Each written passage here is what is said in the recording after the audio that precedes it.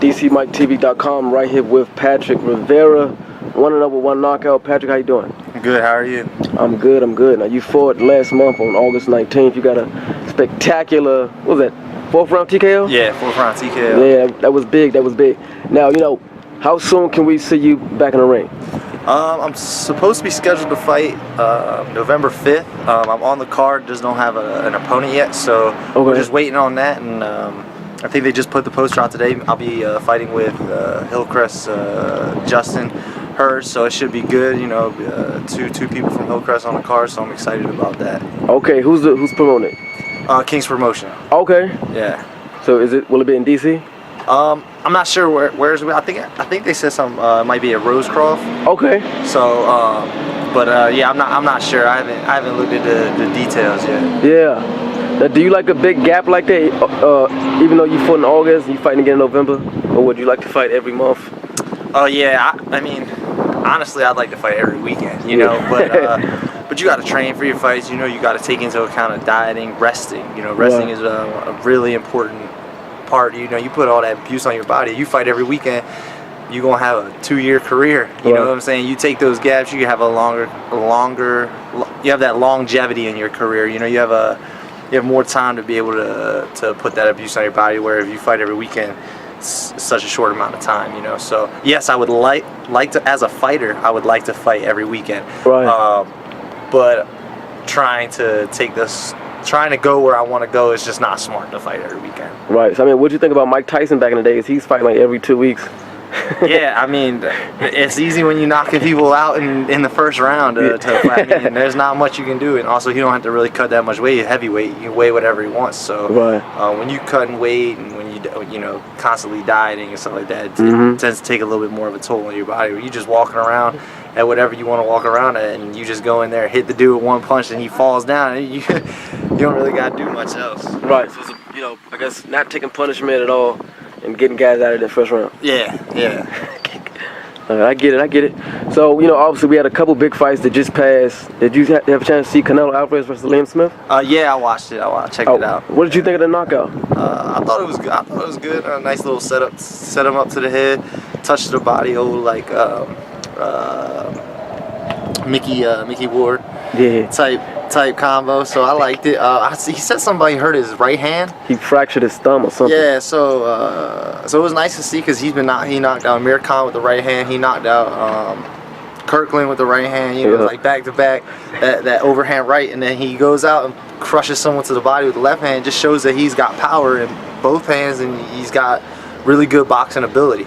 So it kind of just showed that he's where he is because he is that good. Yeah. Did you think he was gonna knock Liam Smith out? Well, I didn't know if he was gonna. I thought as I was watching the fight, I was like, oh, it's gonna go. I mean, he's just gonna beat him up because Liam looked like a tough guy, but I mean, you can't. Them body shots just add up. They just add up and add up and add up, and eventually he's gonna get him out. So yeah, I didn't really know what to expect because I really hadn't seen too much of Liam Smith except for what they had showed. I really hadn't seen too much of him, so I didn't know. But undefeated fighter, I was like, all right, he's tough, So I didn't know, but I mean, I expect that from Canelo. He's been on a knockout tear, so so yeah. I mean, I wanted to see the knockout. I'm glad he got the knockout, but I didn't predict the knockout. Okay, so obviously Canelo won, Golovkin won. What do you think? You think Canelo should fight Golovkin next? I mean, Golovkin looked horrible in his performance. Honestly, Canelo is the A fighter. You know what I'm saying? He has all the pull. You know what I'm saying? He's got the higher fan base. I mean, it's whoever he wants to fight. He would be coming up in weight class. So if he wants to fight somebody else, he can do what he kind of wants to do. I would, for the boxing community, for the boxing fans, yes, that's what I want to see. That's what everybody wants to see. But I mean, he's not. People were like, well, he's a middleweight. Well, he's not. He fights at 155. And one time he fought a guy at 160. That guy weighed in. That guy was Cotto, who is a 54-47 guy. So he didn't really fight at another guy at 160. So maybe he should go up and test himself, see see what he's like against a real 160, and then probably fight Golovkin. But I think that fight should happen by the end of next year. Yeah. Well, speaking of Golovkin, what do you think about his fight with Brook? I thought he went in there kind of reckless. I mean, Golovkin can box. He was 395, I believe, and 5 or something like that as an amateur. Undefeated as a pro. I mean, he can box. You know, like I don't want to, but he like went out there and just had no respect for Kell Brook, and just went out there and was getting hit with things. I feel like the way he fought Lemieux, he wouldn't have got hit with if he was fighting Kell Brook like that, and he still would have put him away. So I don't know. I don't know why he was rushing it. I mean, he just I don't know why he was rushing it. It just looked bad. Right. He didn't look like himself. You know. I definitely could see the argument that he was sick. Okay. But I mean, he said he wasn't. But you know, I don't know. Maybe his pride was talking. Maybe he actually was. I don't know. But he looked. There looked like there was something wrong. Right. I mean, do you think it's maybe a sign of declining or not yet? What is it? Do you think it's early signs of decline? Because Golovkin was 35. Decline? Maybe not. I mean, this is an abusive sport. I definitely could see like how people could say that, but I mean, he hasn't really fought anybody. It's not that he hasn't fought anybody good, because everybody that he's fighting is as a champion or is a contender. Right. But the levels, he's on a certain level, and the other guys are not at that level. Cause I'm not trying to say that they're not good, you know. That's disrespecting those people that have put their lives into boxing. You know, they're just not at his level. So he hasn't been fighting people on his level. So I don't see where there would be where he would be taking too much punishment. You know what I'm saying?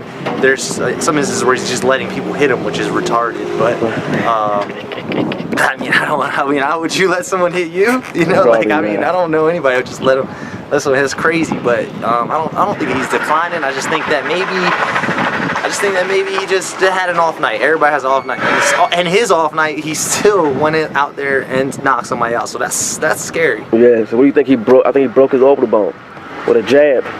Yeah. I mean, I don't know. There's speculation where they're saying Triple G's gloves are loaded and all this stuff. Like, how could he do that? I have no idea. You know, I honestly don't know. But one punch, like at first round, orbital bone broken. I mean, he cuts people within the first round of every fight. I mean, he either just hits that hard, or I mean, something suspect is going on, because it's just so crazy, like that. Something like that. I mean, the guy, Kell Brook had, was it like 36 fights, 36-0 or something like that. Yep.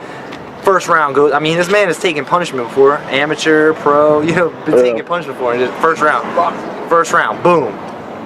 Orbital broken. Like that's either some ridiculous power or something fishy is going on. Yeah. So, I mean, were you kind of surprised that Kell Brook didn't go down? He was able to step on his feet. And do you think the fight would stop prematurely? Actually, that actually was kind of. I was like, man, like how does he have his orbital? After they said his orbital was broken, I was like, how did he stay up? Yeah, I was definitely surprised about that. It showed true warrior spirit, which I respect a lot. You know. As far as the premature stoppage, as I was watching it, I was like, man, they should not have stopped that. You know what I'm saying?